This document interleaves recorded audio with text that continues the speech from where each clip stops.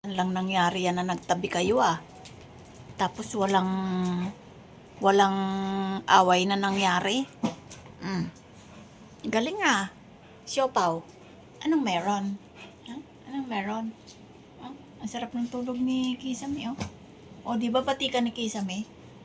Ikaw lang inaaway mo kasi siya Palaaway ka So sila guys ay parehong lalaki. Si Kisame ay marunong maghubad ng damit niya, kaya wala na naman siyang damit. Ito si Siopaw ay hindi. Ayan mga itsura Clover, ginawa mo na naman panghilod yung upuan. Loko ka talaga. Hindi nag-aaway si... Ano ba yan si... Haba, magpapakarga ka na naman sa akin. Ayoko nga, bigat-bigat mo So, ayan guys. Ayan, iiwanan na niya si Kisame. Ba't mo iiwanan si Kisang? Siopaw, diyan ka lang. Tabi kayo ni Kisame. Ito guys, si Siopaw kung saan naihi. Kaya itong aming mga mesa ay sira na. Kasi itong mesa namin na, yung study table pa ng anak ko dati nung nag-aaral pa. Ito pakikita ko. Ayan, study table ng anak ko yan. Siya lang ang nakasira niyan. Kasi ito ay laminated lang. So, yan ay, pag nababasa, na bumabakbak siya, ayan, nagbakbak na. Pati man din yun, yung maliit na storage na yan. Nagbakbak na rin ang ilalim yan, kaya wala na kaming matinong gamit, ayan, Tapos ito naman na scratch post ni Kisame, tinalo na ni Haba, kaya ayan, naputol na. Putol na, hindi na yan may gagawa. Kaya, bili na lang ng bago ulit. Pero for the meantime, hinaharang ko yan dyan kasi ginagawa nilang bahay ang ilalim na yan. Tapos may nagwiwiwi pa dyan. Yung mga yan. Pasaway yan, pasaway. Diba? Parang ang liit niya guys, tingnan kapag ganyang malayo. Pero hindi. Ang laki niya ni Siopaw. Mas matangkad din siya kay Kisame. So, ayan. Abang-abang ka? Wala, mamaya pa si ate. Wala kasi ang ate namin, kaya sila ay nakaabang lagi sa pinto. Tingnan mo. Kala mo naman Sos! Kaalis lang ni ate. Gusto mo pang sumama. Tapos pasaway ka naman. Sabit nga Ang ligalig mo Ligalig mo sabit Kaya ayaw ka nang isama ni ate sa labas. Kasi ang ligalig mo ay si Choco. Ayan, tingnan mo. Maghahanap na naman siya ng iyan dyan. Shhh! Huwag kang ihi dyan. Alis dyan. Shhh! Sinira na ni Haba yan Pinutol na yung scratch post nyo. Dati kasi guys, ang nire-repair ko lang dyan itong yarn. Pero ngayon, di na pwedeng i-repair kasi nga ayan wala na yung ulo.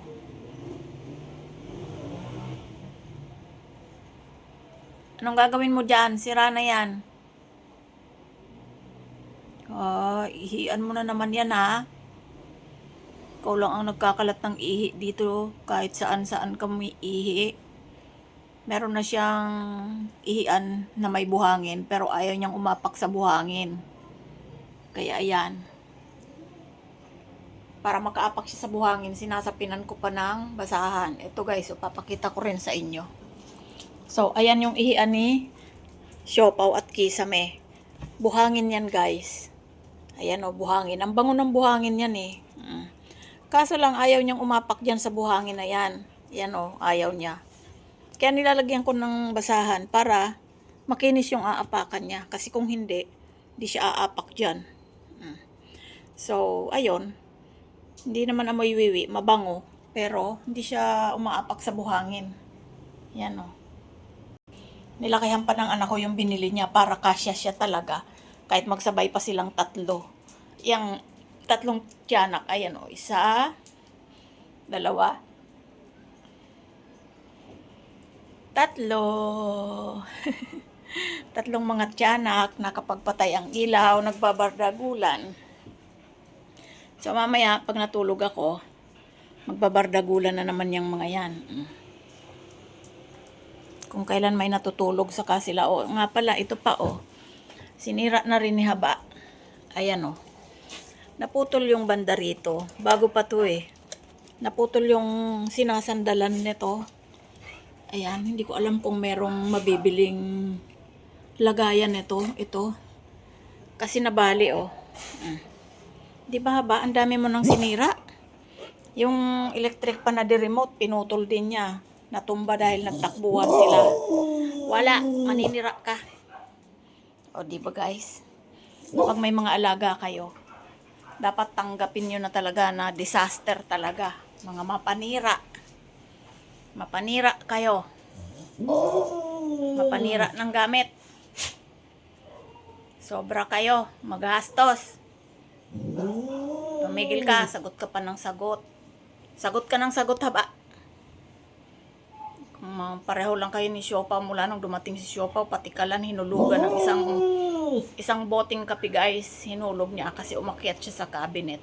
Eh di syempre nabasag, natapon yung kape. So isang buong puno yun, kabibili pa lang. O di wala. Ganun talaga. Happy lang. Pero naniniwala akong swerte yung mga yan guys. Yan Yan. Kasi nung time na nag-aaral pa ang anak ko, ay dumating ang nanay nila, ang naging tatay nila. Kahit na medyo gipit-gipit ay nakakaraos. Parang hindi mo ba alam kung saan ang gagaling yung biyaya na yan. Kaya swerte yung mga yan guys. Kailangan lang nating pagalitan, pagsabihan. Kasi ang mga yan ay, ang gulang ng mga yan ay parang laging 2 taong gulang na bata. Ang pinakamatanda at may isip ay mga 3 taong gulang na bata. So, syempre, paulit-ulit ang pagsasabi natin sa kanila. Never ko pa yan na napalo, guys, na umiyak as in yung iyak talaga ng nasaktang aso. Hindi pa. Hindi ko nga alam kung bakit yung mga iba nagagawa nila yun. Minsan naririnig ko dito, pagka nasa labas, may pinalo, umiyak Syempre, hindi ko naman nakita dahil boses lang ang narinig mo, medyo malayo. Pero alam mo yung nasasaktan talaga kaysa yung tinakot mo lang kasi matigas ang ulo. Katulad niya ni Haba, lumulusot yan dyan sa pintuan na yan, pagbukas yan. Tapos screen lang. Kailangan nakalak din yung screen kasi babalyahin niya yan, makakalabas siya. Wala siyang gagawin kundi tumakbo. O di ba tinatakbuhan mo si mama? Di ba? Kapag tumakbo siya, wala siyang humpay sa katatakbo. Tapos hindi niya alam kung saan siya papunta. Hindi rin siya marunong umuwi. Kasi syempre nandito lang siya sa loob ng bahay. O di syempre anong gagawin ko? Di hahabulin. Hahabulin ng hahabulin. Ayan Kulit yan. Ito si Kisame ay 8 years old na to guys. Lagi na lang siyang natutulog. Nakikipaglaro siya kay Siopaw pagka halimbawang hating gabi. Yan. Magbabardagulan silang 2 kung kailan tulog na ang lahat. So, yun. Pagtulog na ang lahat, saka sila gising. Yan. Siopaw, Choco. Anong himala mo dyan, ha? Yung kanyang treats kanina, ngayon lang niya kinakain. Ang hilig niyang magbaon ng mga treats sa mga gilid-gilid. Itatago niya muna yan bago niya kainin. Ayan si Itim, ang pinakamataba sa lahat. Tim-Tim. Taba yan. Pinapractice ko sila guys na 1 day meal. Kaso nga lang, nagsusuka sila ng kulay dilaw. So siguro kailangang mag-adjust muna. Kasi mas mahaba daw ang buhay ng isang beses lang kumain pagka adult na ganito. Adult na yung mga yan Ayan Adult na yung mga yan kaya dapat isang beses na lang kumain. Kaso lang, yun nga, hindi nasanay. Ayan si Siopaw pala, matutulog na siya. Good night, Siopaw. Papaw. Ay, mag-i-scratch muna siya, tingnan mo. Ang lakas niyang mag-scratch, guys. Kaya yung mga scratch post niya ay sira na, Tapos bibili pa ako ulit ng yarn para ma-repair ko yan kasi sayang naman. Kasi si Kisame hindi na nag-i-scratch Matutulog na siya sa bowl niya. Diba? Pau-pau na cutie. Pau-pau. Sleep na ikaw. Sige na, sleep na. Nihintay mo rin si ate. Mamaya andito na yon. Ang lamig dyan sa pwesto mo, oh. Ang lamig sa pwesto mo, Pau-Pau. Nakakainggit ka. Tapat na tapat ng aircon yan, oh. Uy, inaantok na nga. Tulog na. Tulog na ikaw. Tulog na. Tutulog na ang Pau-Pau. Good night. Pau-Pau, tulog na. Grabe ka makapag-scratch. Ayan, aalisin ko na yung laruan mo sa bowl mo, ha. Ayan. May dala-dala pa siyang laruan dito. Ayan. Puro laruan niya yan, oh. Puro laruan niya yan. Dami mong laruan, oh. Diba? Daming laruan ni Pau-Pau, oh. Galing naman. Yung gitna nito, guys, ay sira na. Kaya ayan, wala na siyang, ano to eh, scratch din, ganyan. Ganyan, oh. Pero wala na, sira na. Siya din ang nakasira. Kaya ayan, mga laruan niya, dito ko na lang nilalagay. Kasi, kesa saan ko pa mailagay. Ayan. Mga laruan niya yan. O, diba? Galing naman. Galing ng si Pau-Pau, daming toy.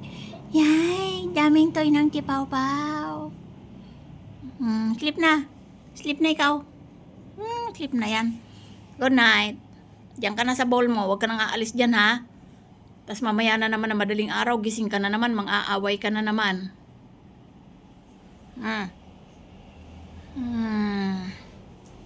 So, ayun. Ang kwento.